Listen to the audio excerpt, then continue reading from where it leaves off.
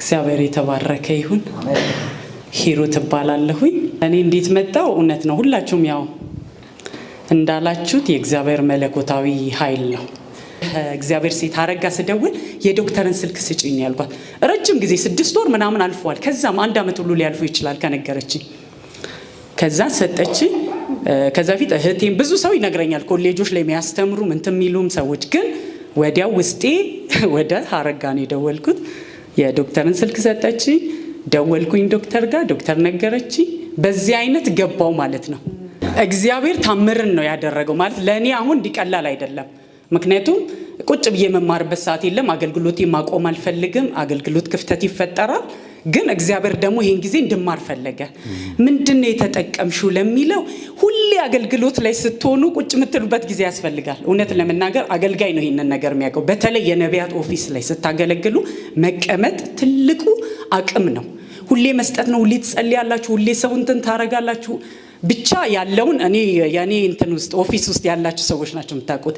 ቁጭ ብሎ ደግሞ አንድ ሰው ሲናገር መስማት፣ በሆነ ኮሌጅ በሚባል ዓለም ውስጥ መማር ትልቅ አቅም አለው ለቀጣይ ህይወታችሁ።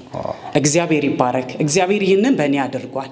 ሌላው ስመጣ በጣም ጌታን ያመሰገንኩት ዶክተርን ሳያት ነው። ልክ ዶክተርን ሳያት መንፈሴ በኃይል ዘለለ። ስለ እውነት ነው መላችሁ፣ ጌታን እጅግ በጣም አመሰገንኩኝ። የእግዚአብሔር መንፈስ በሙላት ነበር።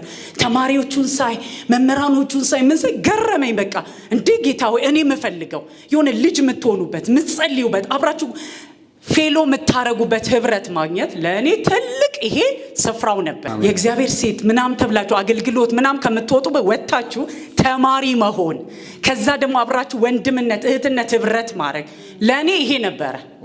እግዚአብሔር ይህንን እድል ሰጠኝ። ከዛ ደግሞ በመንፈስ የሚቀባበሉ የሚጸልዩ። ሌላው ምን አገኘሽ ክላስ ብትሉ በመምህራኖች ኢየሱስ ጌታ። እኔ ደግሞ የእግዚአብሔር መንፈስ ያለባቸው የእግዚአብሔር መንፈስ የሚያጎሉ ጄነሬሽን የሚያስቀጥሉ ሰዎች መምህራን ሆነው አገኘዋቸው። ይሄ ለእኔ ትልቅ እረፍት ነበረ። ሌላው ሳልናገር ማላልፈው ነገር ስመጣ ፕሬዝዳንት የሆነች ዶክተር የሆነች ፓስተር የሆነች ሴት ማየቴ። እስቲ ለጌታ ክብርን ስጡ። ኢየሱስ ጌታ ነው።